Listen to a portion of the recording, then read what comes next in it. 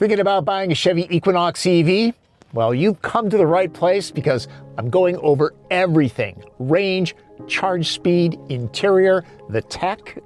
This does not have Apple CarPlay, but it's okay. Also, watch these on your TV. They look great. And subscribe.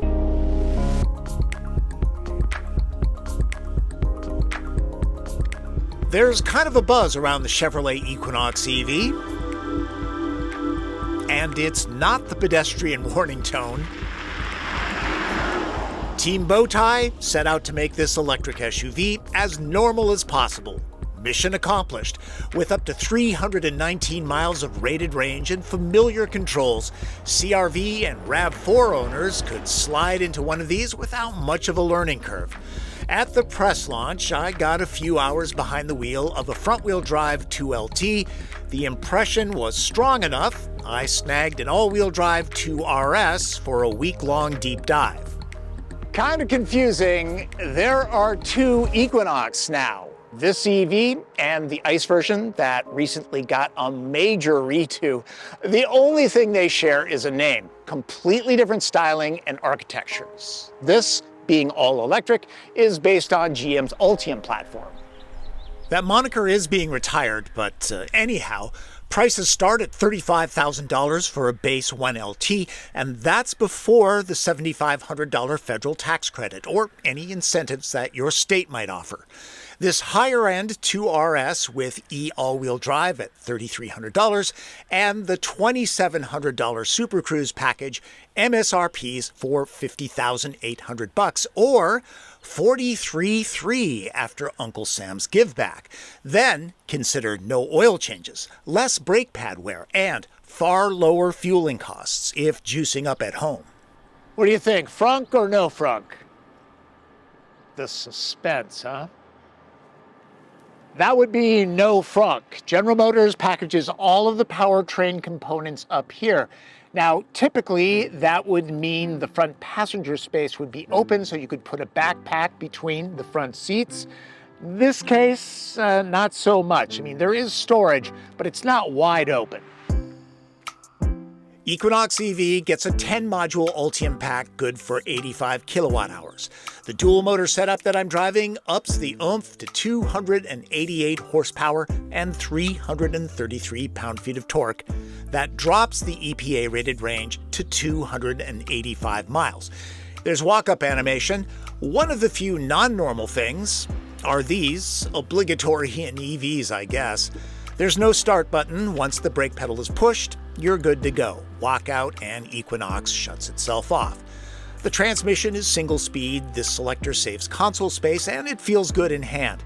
Unlike some drive modes, there's a clear difference with Equinoxes, especially Sport, which sharpens everything up. The custom My Mode setting lets you choose the combination you want for fast recall.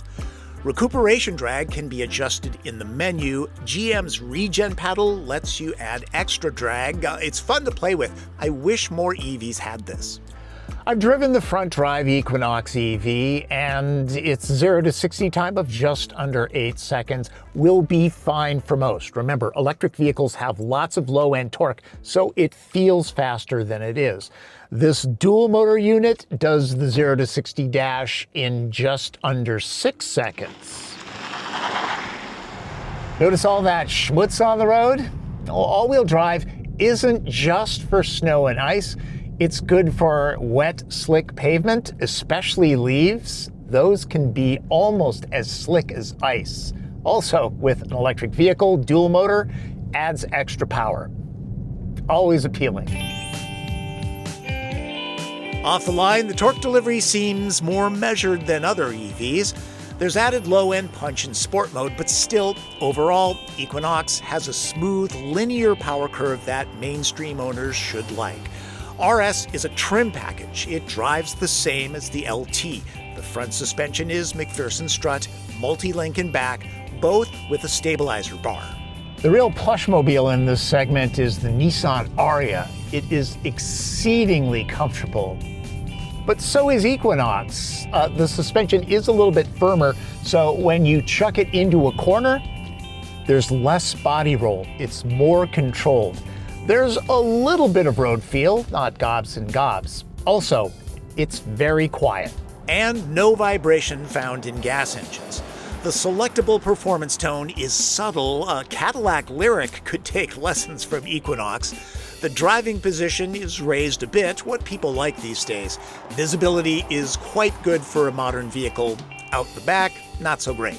One-pedal driving aficionados will love the Equinox EV. You can set it every which way from Sunday. This is the most aggressive setting. It holds this thing down to a complete stop right quick. Maybe too quick, because in this mode, the throttle is so touchy, it's a little bit difficult to drive the Equinox smoothly. I prefer the regular mode or off. You've always got the paddle. You can dial it in that way. Really, there's a setup for every driver. Range. The EPA rates the front-drive Equinox EV at 319 miles. This one, with all-wheel drive, 285. Now, I've driven this quite a bit in temperatures in the mid-60s, half on the highway, half in the city. I am a little bit more of an aggressive driver. I'm seeing about 275. And this one has the larger 21-inch wheels. Not good for efficiency.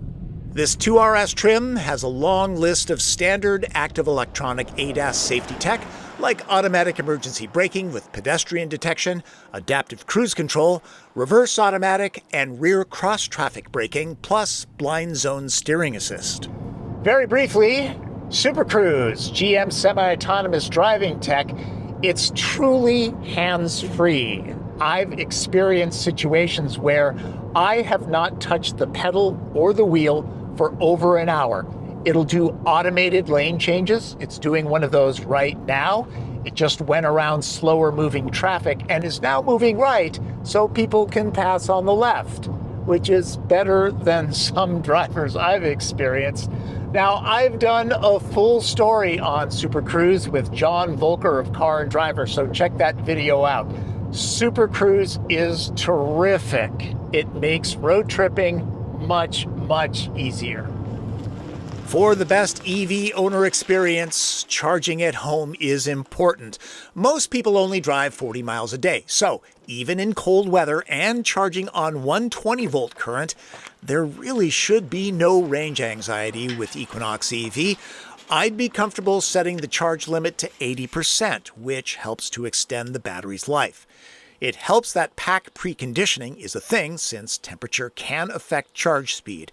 A full 5 to 100% charge using 240-volt level 2 takes around 8 to 9 hours, so overnight. For long distances, at commercial DC fast charge stations, the max charge rate of the Equinox EV is 150 kilowatts, which is not the slowest rate in the biz, but it's not the fastest. At the end of the day, it may not matter. If you always charge at home, or seldom if ever road trip, the point is moot. Also, many of the terminals that I run into stop at 150 kilowatts, so it doesn't matter how fast your car can charge, it's not going to juice up any quicker. Know your needs. Charging this Chevy from 20 to 80% using a 150 kilowatt terminal should take around 30 minutes, maybe a little longer. I did a travel test with Nissan's Ariya. It has a max charge rate of 130 kilowatts.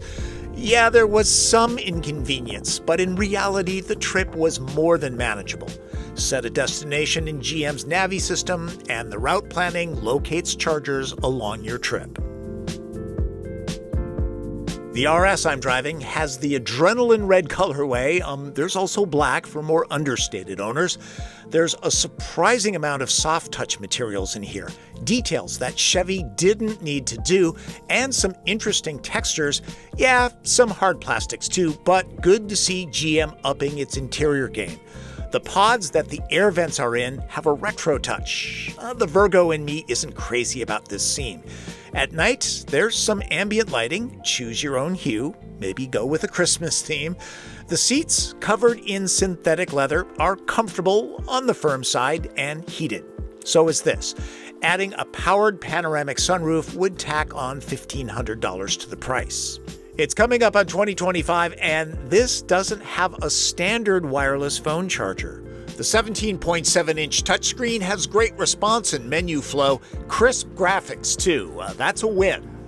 Let's dive into the most controversial part of the interface, the lack of Apple CarPlay. Now, I am heavily invested in Apple hardware, Apple Watch, iPhone, iPad, lots of MacBook Pros at home, and I have to say, while I miss CarPlay a little bit, I can certainly live without it. For starters, you can use your iPhone. You just hook it up using Bluetooth.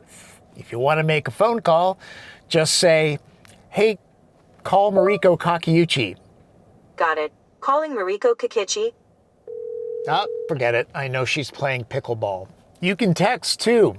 Hey, text Martin Campbell, say, have you seen Evil Twin? I think he's in jail. Maybe he is somewhere in Florida.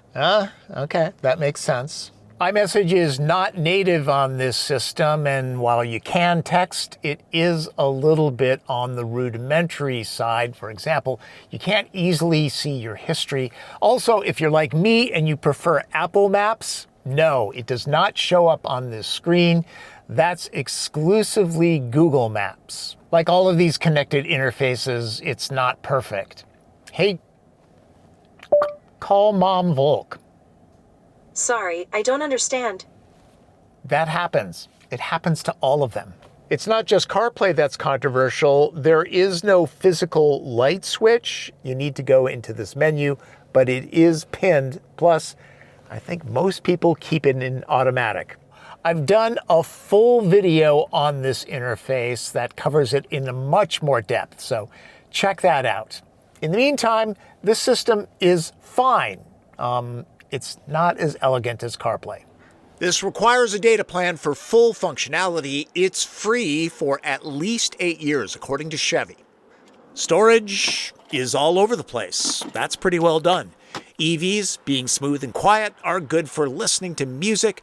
The unbranded audio system sounds good, but doesn't get overly loud for those that want to rock out. And I don't see an upgrade path.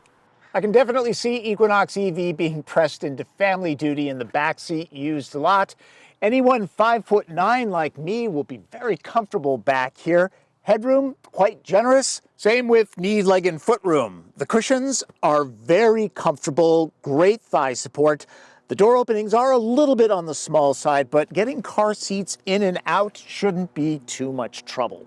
These are decent sized, and there are pockets on both seat backs, thanks Chevy. No separate climate zone back here. At least there are adjustable vents. You can charge phones back here. That's good. Equinox EV is not available with heated seats in the back. Maybe move up to Cadillac Optiq based on the same architecture. The floor is board flat, which helps with foot room. You can actually get 3 average-sized adults in here. Might be a little bit snug, but it's okay for short trips.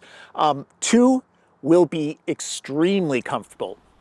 Equinox EV is a good-looking vehicle, without breaking new ground when it comes to design language, the way Hyundai Ioniq 5 and 6 have, same with Kia EV6 and EV9. This does not call attention to itself. The handsomely normal look will be at home in nearly any driveway. Jeep Compass called, and it wants its D-pillar back. Typically, I hate black cars. They're tough to photograph and keep clean. Equinox shoots just fine, but hey, automakers, no black press cars, please. EVs with their batteries in the floor are typically more space efficient than gasoline-powered vehicles. Of course, that's why I test. This panel is dual level. Raise it to make the load floor as flat as possible. There's a good amount of room for the travel charge cord, photography gear, and a detailing kit. Again, black cars, No spare tire though. Seats up, there's 26 cubic feet of cargo room. That's 10 less than a RAV4 or CR-V hybrid. It is a reach to drop the seats. Better to go around to the back doors. No 40-20-40 split or ski pass-through.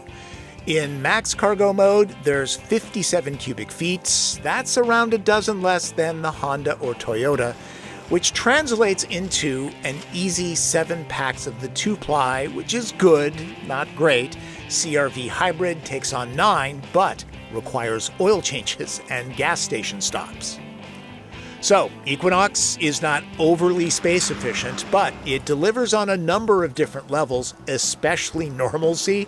When charging at home, it can actually be more practical than the gas-engined Equinox.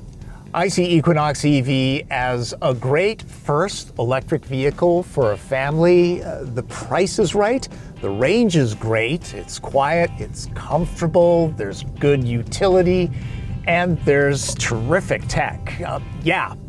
There is no Apple CarPlay, but that isn't a deal breaker. That's said from a guy who's in the Apple ecosystem. Also, if you road trip a lot, the charge speed is a little bit on the pokey side. Chevy is finally turning these out in volume from the factory in Mexico, and the affordable base model is showing up at dealerships. I'm curious how well it'll sell now that it's available. Equinox EV is very competitive, a great value, and well worth a look. It might come down to how much buyers love CarPlay. To refresh your memory, Tesla and Rivian also don't offer Android Auto and Apple CarPlay. People seem to be getting along just fine without it. And I'll get that interface deep dive edited up as soon as possible. Ladies, gentlemen, Martin Campbell, say thanks to him because he drives while I shoot running footage. He also takes the stills. How do we feel about black cars, Martin? Horrible. Horrible to shoot. Yes. It's like shooting glass. And it gets dirty quickly. Yes. We've wiped this car down probably 24 times. Also, if you want something more fancy, the Cadillac Optiq, which is the same size as Equinox, is due out in late 2024. It starts at around $54,000 before the federal tax credit, and it comes standard with all-wheel drive and Super Cruise. That's a good deal. Before I go, I did want to talk about something. I'm not sure how EVs became so political, but there is a lot of misinformation about them. Not sure why. Here's the deal. You should always buy the vehicle that works for you. And EVs don't work for everybody. However, for many, they're terrific. They can be more convenient. No gas station stops, no oil changes. They can be cheaper to run. They're quiet and refined. So, do your research and just make sure you're buying the vehicle that works well for you. Something like this works great for a family. It really does. Thanks for watching. Remember, subscribe to the channel, click notifications, follow me on social media, and if you have a question, leave it in the comments. I try to get to the legit ones. Thanks for watching. That's Driven. I'm Tom Volk.